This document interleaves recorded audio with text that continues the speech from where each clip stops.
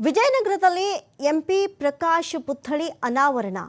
ಈ ಒಂದು ಕಾರ್ಯಕ್ರಮದಲ್ಲಿ ಕಂಚಿನ ಪುತ್ಥಳಿ ಲೋಕಾರ್ಪಣೆಯನ್ನ ಮಾಡಿದ್ದಾರೆ ಸಿದ್ದರಾಮಯ್ಯ. ಪುತ್ಥಳಿ ಅನಾವರಣದ ವೇಳೆ ಸಿದ್ದರಾಮಯ್ಯನವರು ಭಾವುಕ ಭಾಷಣವನ್ನು ಕೂಡ ಮಾಡಿದ್ದಾರೆ.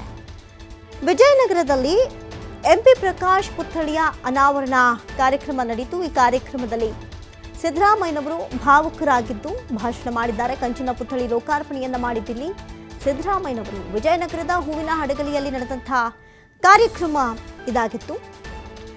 ಎಂಪಿ ಪ್ರಕಾಶ್ ಸಾವಿನಿಂದ ರಾಜ್ಯಕ್ಕೆ ದೊಡ್ಡ ನಷ್ಟ ಆಗಿದೆ. ವಿಜಯನಗರದ ಹೂವಿನ ಹಡಗಲಿಯಲ್ಲಿ ನಡೆದಂತಹ ಕಾರ್ಯಕ್ರಮ.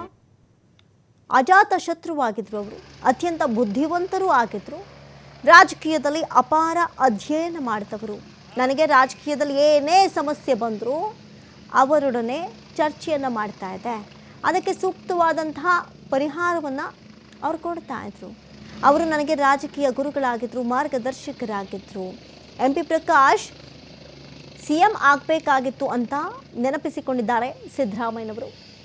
ವಿಶೇಷ ವಿಮಾನದ ಮೂಲಕ ಆಗಮಿಸಿ ಪುತ್ಥಳಿ ಅನಾವರಣ ಕಾರ್ಯಕ್ರಮದಲ್ಲಿ ಪಾಲ್ಗೊಂಡು ಭಾವುಕ ಭಾಷಣದ ಮಾತುಗಳನ್ನು ಆಡಿ ತಮಗೇನು ಈ ಹಿಂದೆ ಸಹಾಯ ಮಾಡಿದ್ರು, ತಮಗೇನು ಬೆನ್ನೆಲುಬಾಗಿ ನಿಂತಿದ್ರು, ಆ ಎಲ್ಲ ದಿನಗಳನ್ನು, ಆ ಎಲ್ಲ ಕ್ಷಣಗಳನ್ನು ಸ್ಮರಿಸಿಕೊಂಡು ಭಾವುಕ ಮಾತುಗಳನ್ನು ಆಡಿದ್ದಾರೆ. ವಿಜಯನಗರದ ಹೂವಿನ ಹಡಗಲಿಯಲ್ಲಿ ನಡೆದಂತಹ ಕಾರ್ಯಕ್ರಮ. ಎಂಪಿ ಪ್ರಕಾಶ್ ಸಾವಿನಿಂದ ರಾಜ್ಯಕ್ಕೆ ಅತಿ ದೊಡ್ಡ ನಷ್ಟ ಆಗಿದೆ. ಅಜಾತ ಶತ್ರುವಾಗಿದ್ದರು, ಅತ್ಯಂತ ಬುದ್ಧಿವಂತರಾಗಿದ್ದರು ಅಂತ ಹೇಳಿ ಅವರನ್ನು ನೆನಪಿಸಿಕೊಂಡಿದ್ದಾರೆ ಸಿದ್ದರಾಮಯ್ಯನವರು.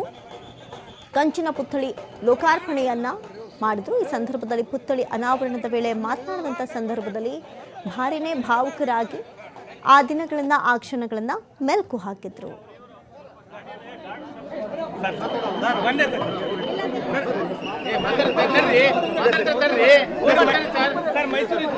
ಸರ್ ಕಾರ್ಯಕ್ರಮ ಸರ್ ಕಾರ್ಯಕ್ರಮ ಸರ್ ಕಾರ್ಯಕ್ರಮ